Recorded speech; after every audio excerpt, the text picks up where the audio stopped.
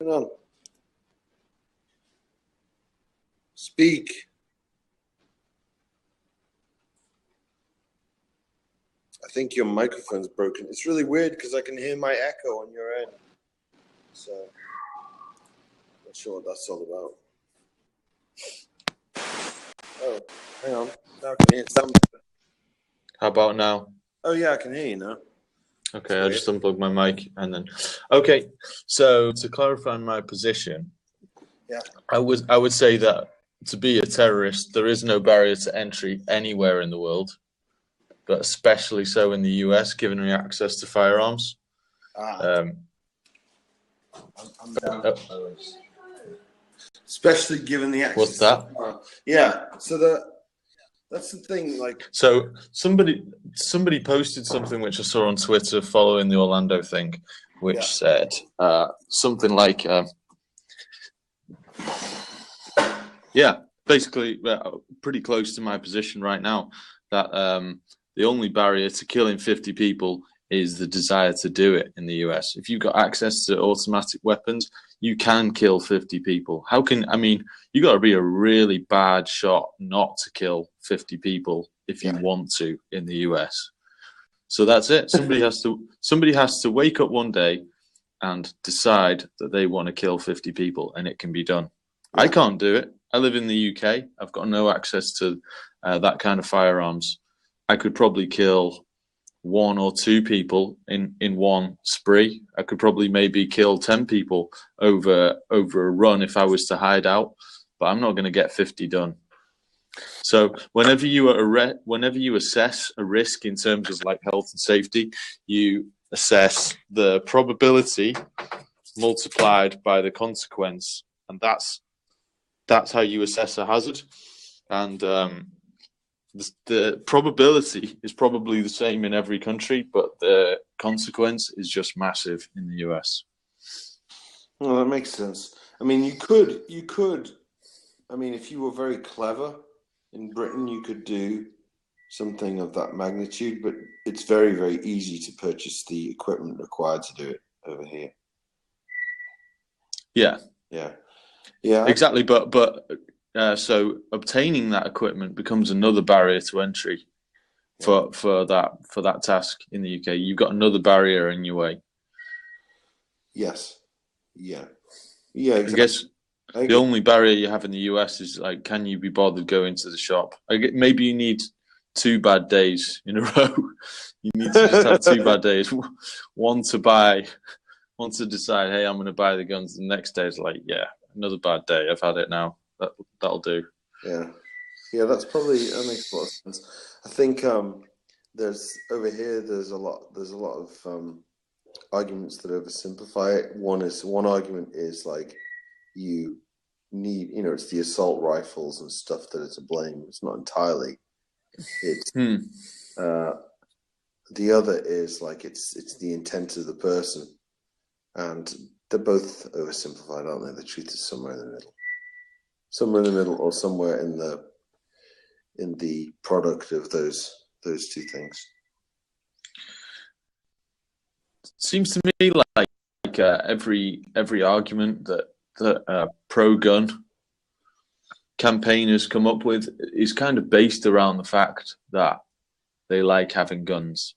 I can definitely concede that guns are really cool. Like firing a gun, they are so cool. Hey, no one can argue with that. Having a gun is so cool, and it's okay. I'm sure it is okay with you having a gun because you probably don't have any intent to kill hundreds of people. Thank you for being so generous with your assessment. Right, I'll let you. Most days. Yeah.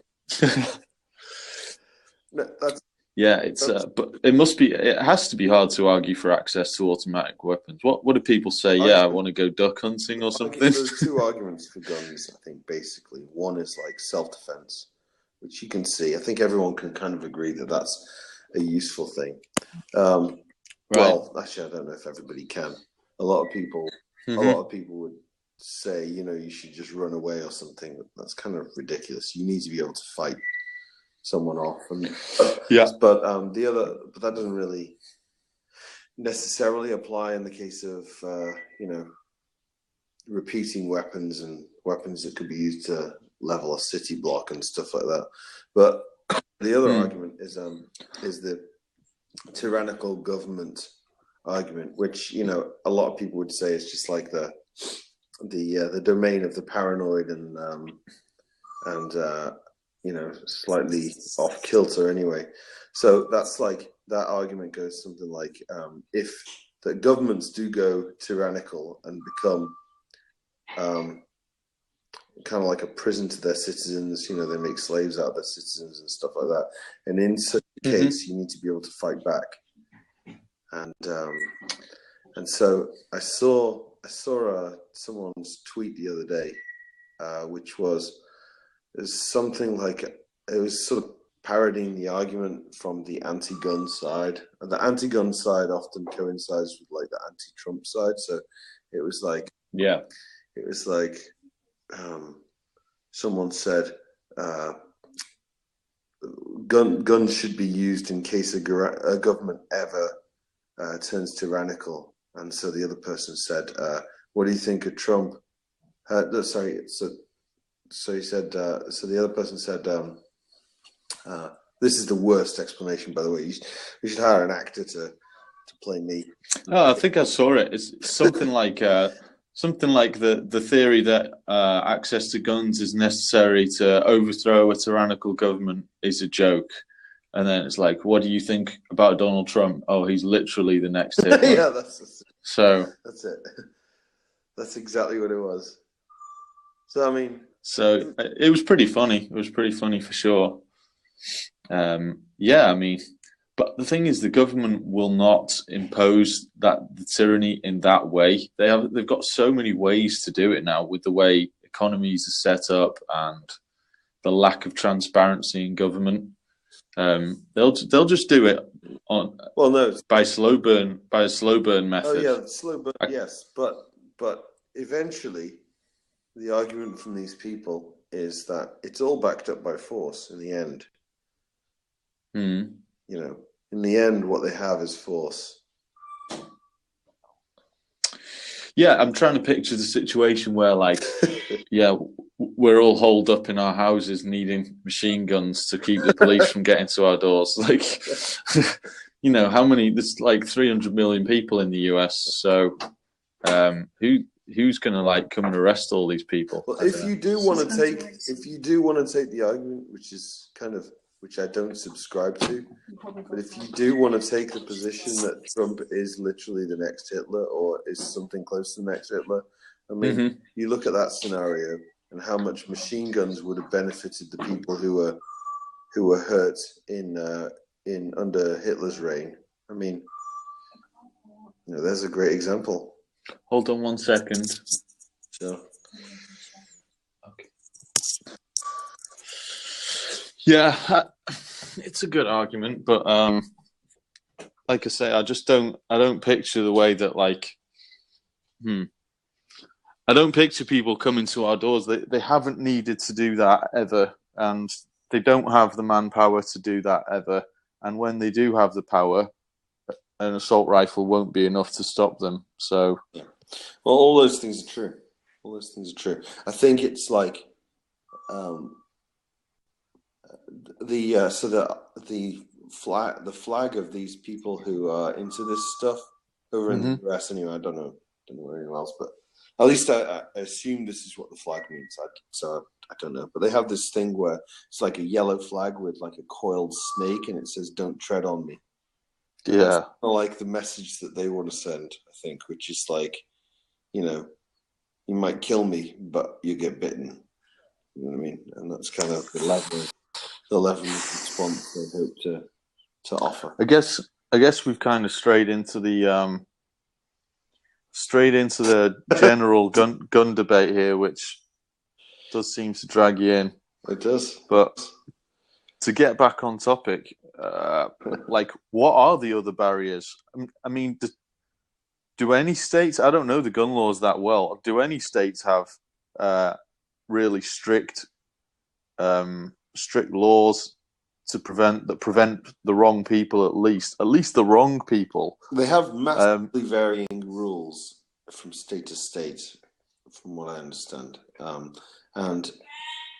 And so, but the problem with that is if you're right next to a neighboring state that doesn't. So if you have the strictest rules and next door they have no rules, then what's that really do?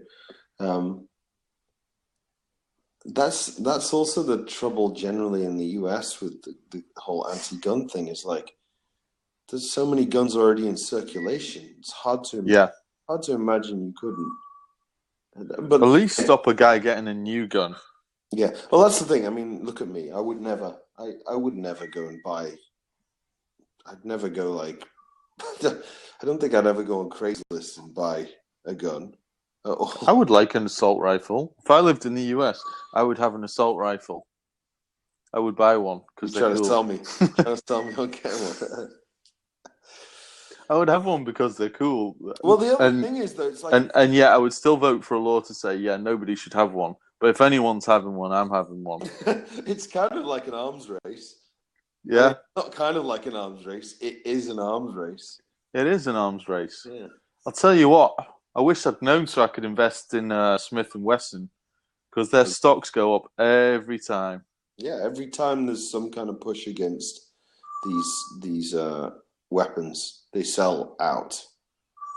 But they assault weapons are so I don't even know if that's the correct term, but those kinds of weapons are so commonly available over here that I forget what it was. I think it was after a hurricane or something over here.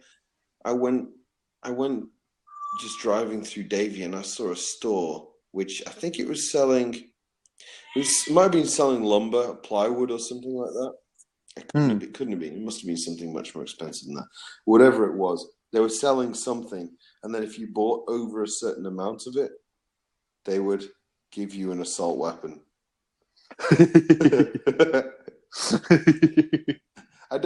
And some snakes. But I don't remember. I probably am remembering some of the details wrong, but I know there was buy something and we'll give you either like a free one or they'll be super cheap or something like that. I think it was free, but so what was I was going to say something about I think I lost it. Crap. About assault rifles.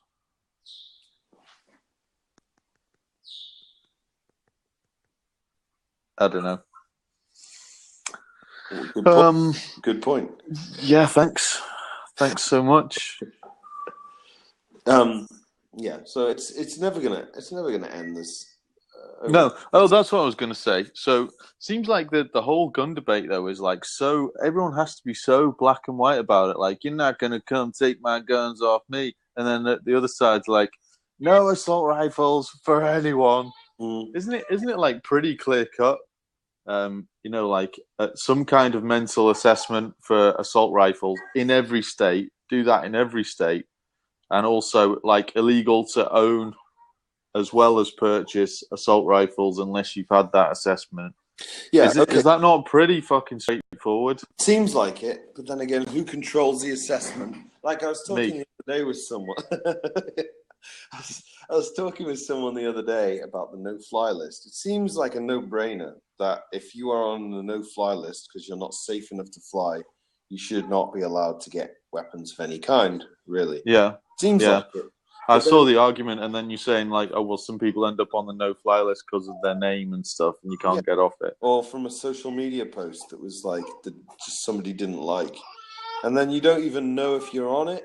You don't even know if you're on it. And then if you're on it, it's very difficult to get off. And this guy I was talking to the other day, he's on here a lot. He was saying that that actually there are senators who are on the no-fly list and can't get off. Wow. I don't know if that's true, but that's what he said. He's on here all the time. He'll probably challenge you on this position. But man, some of these people like who make these laws are so dumb and over the top, aren't they? If I had an assault rifle, I would totally. Never mind. Yeah, it's like having a superpower, right? Wasn't that the guy? I don't know. I mean, this is where I'm straying into fiction, but in that nightclub shooting in Orlando, wasn't the guy who did it? Didn't he work for a security agency or something, and he got the gun legally? Yeah, I think he worked for G4S. Probably got it legally. His dad was in the CIA, right? Oh, thank you. I got money for you. Thank you very much. I'm just on the phone right now. Sorry about that. I've got a screaming child in the corner. All right. And no assault rifle to silence her. So oh, don't say that. You'll be on the no-fly list in seconds. All right. I'll see you later. See you. Bye.